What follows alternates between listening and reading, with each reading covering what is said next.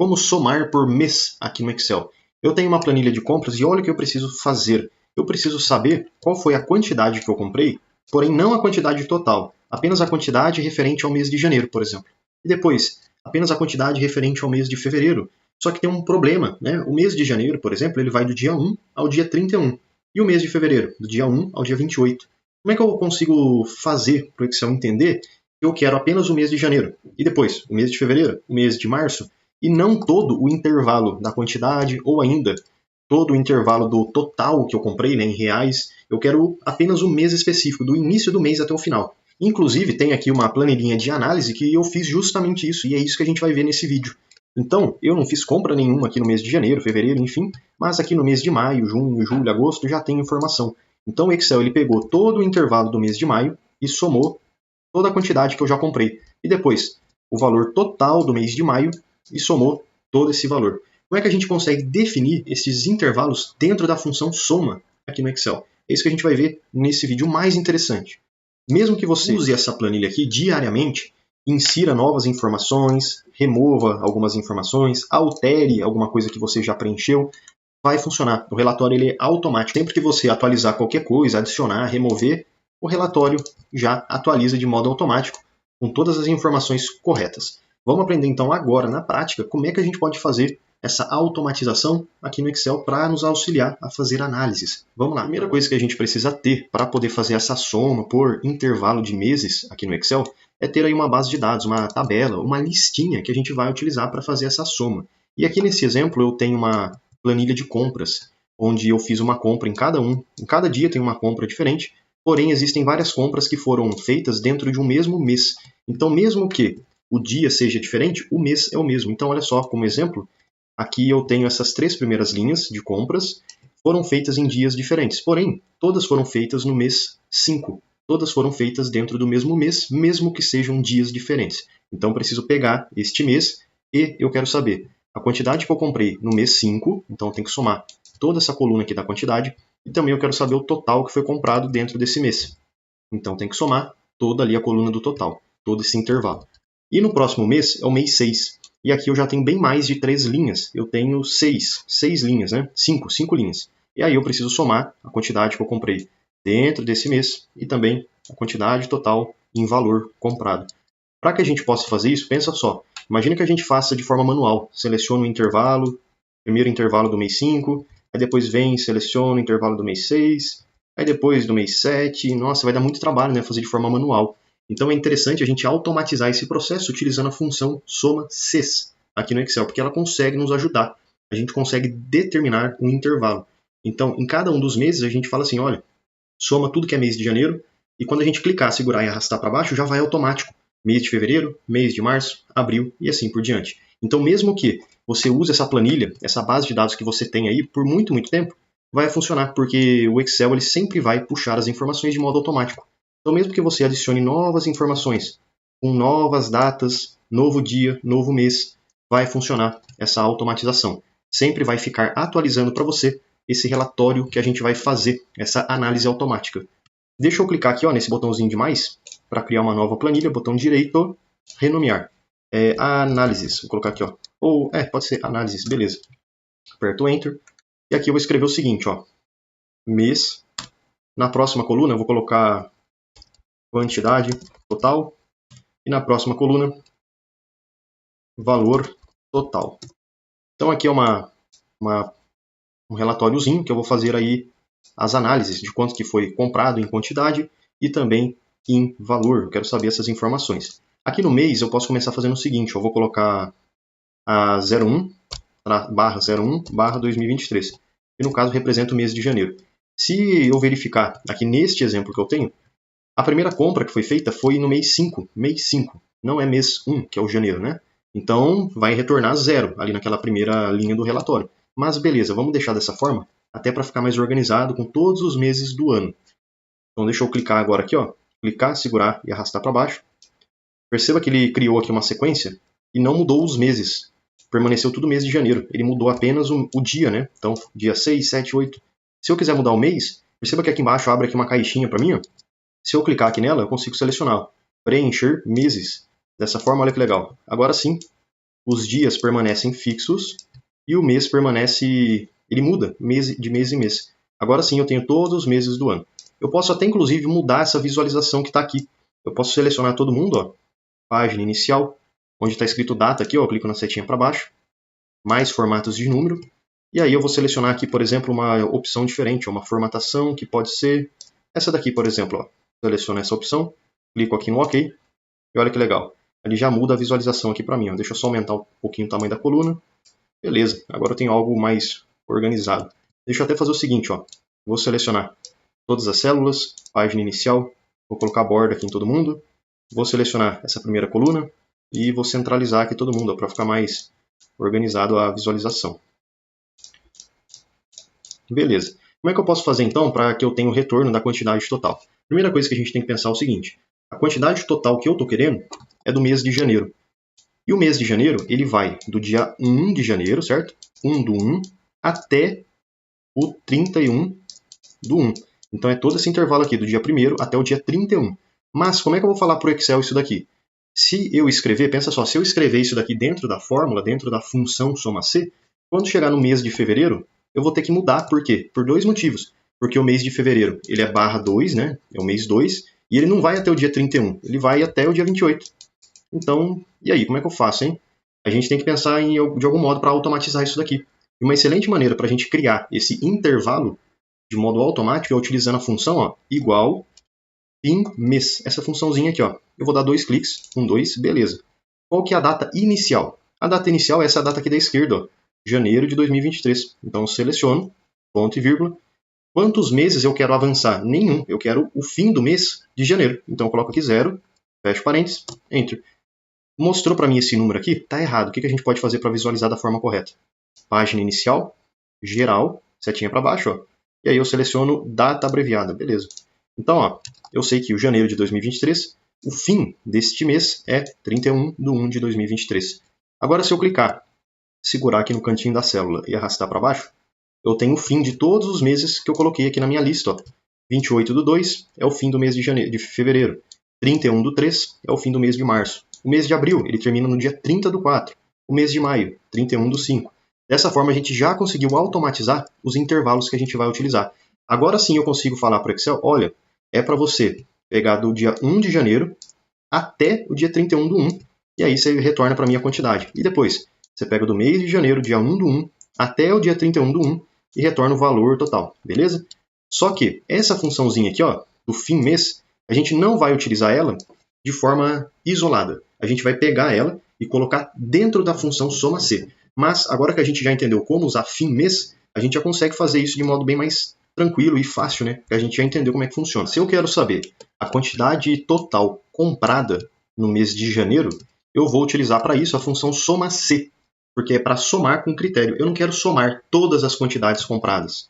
Então eu não quero estar somando toda a quantidade que eu tenho aqui.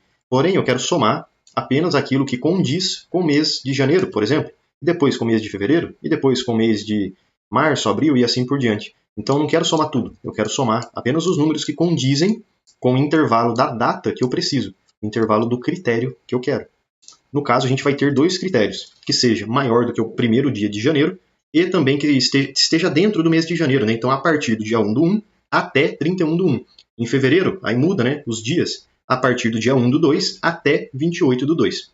Então vamos lá, igual soma Cs, essa funçãozinha aqui, ó, igual soma Cs, 2 cliques, 1, 2. No Excel também existe o soma C, com E no final.